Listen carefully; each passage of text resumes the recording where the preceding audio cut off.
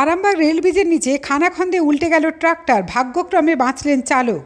এবারও কি চৈতন্য হবে না রেল কর্তৃপক্ষের? প্রশ্ন। আরামবাগ বর্ধমান রোডে রেল ব্রিজের নিচে দুদিকে গুরুত্বপূর্ণ রাস্তাটির অনেকটা অংশ ভয়ঙ্কর খানাখন্দে বিপজ্জনক হয়ে উঠেছে। সারানোর প্রশ্নে আরামবাগ পৌরসভা এলাকাটি তাদের নয় বলে হাত তুলে দিয়েছে। রেল কর্তৃপক্ষ চরম উদাসীন। এদিকে রাস্তাটির যত্রতত্র ঢালাই উঠে লোহার রড নখ দাঁত বের করে থাকার জন্য প্রায়শই দুর্ঘটনার শিকার বাইক সাইকেল আরোহীরা। দীর্ঘদিন ধরে এই অবস্থা। এবার উল্টে গেল কাঠবোঝাই একটি ট্রাক্টর। অল্পের জন্য রক্ষা পেলেন চালক। কিন্তু প্রশ্ন হচ্ছে, আরামবাগে আর কি ঘটনা ঘটলে তবে সজাগ হবেন রেল কর্তৃপক্ষ? জীবনের বিনিময় ছাড়া কি হুঁশ ফিরবে না? আরামবাগ পৌরসভার চেয়ারম্যান সবীর ভান্ডারী এই রাস্তা সংস্কার করার জন্য বারবার লিখিত আবেদন জানিয়েছেন রেল কর্তৃপক্ষকে। তবুও অদ্ভুতভাবে উদাসীন রেল কর্তৃপক্ষ। দেখুন সেই চিত্র। রাস্তাঘাটে চলা আর করা সংসারটা সব শেষ করে দিয়ে বলি ওই রকম করে রেখেছে।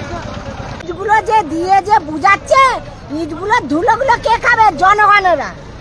তাদের যাতে শরীর খারাপ হয় সেইগুলো খুব ব্যবস্থা ভালো করে করেছে। বুঝাতে আসে না, লোকের ক্ষতি করতে এসেছে। হ্যাঁ, যাতে জনগণরা মরে যায়। ওই তো ওই সব এসে সব বুঝাচ্ছে, আমরা বারণ করছি যে তোমরা ইটগুলো দিওনি। ধুলোগুলো তো জনগণের লোকেরাও তো খেয়ে খেয়ে যাচ্ছে, শরীরটা খারাপ হবে। এমনি তো সব করোনা ইনসান দিয়ে সব শেষ হয়ে গেছে, তাহলে তার উঠে কেন এইগুলো বাগাবে? যে কাঠটা পড়ে গেল, কালকে ধানের গাড়ি পড়েছে, কালকে মানুষ এই হাত পা খোঁড়া হয়ে যাচ্ছে। হ্যাঁ, তো উঠে যাচ্ছে প্রায় রাতে দিনে ভোর রাত্রেবেলাও তো অনেক পেশেন্টরা দিকে নিয়ে যাচ্ছে, তারাও ছিটকা হয়ে পড়ে যাচ্ছে। সেইগুলো কি দিয়ে দেখাবে? কে দেখাবে সেই সময়টা? রাত্রেবেলাটা কে আছে? মরেছে অনেক, আমাদের চোখের দেখা। কি নাম আপনার? এই যে হয়েছে তার থেকে তো খারাপ হয়েছে, তাহলে তারা কি চোখে দেখতে পায় না?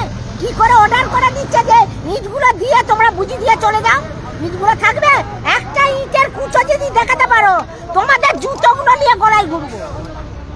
বারবার ধরে হচ্ছে জিনিসটা। একবার ধান গাড়ি উল্টে গেল, একবার এই উল্টে গেল, মানুষ একটা মারা গেল। কত মানুষ মারা যাচ্ছে, সে পাশটা একটা মানুষ মারা গেল, সে পাশটা।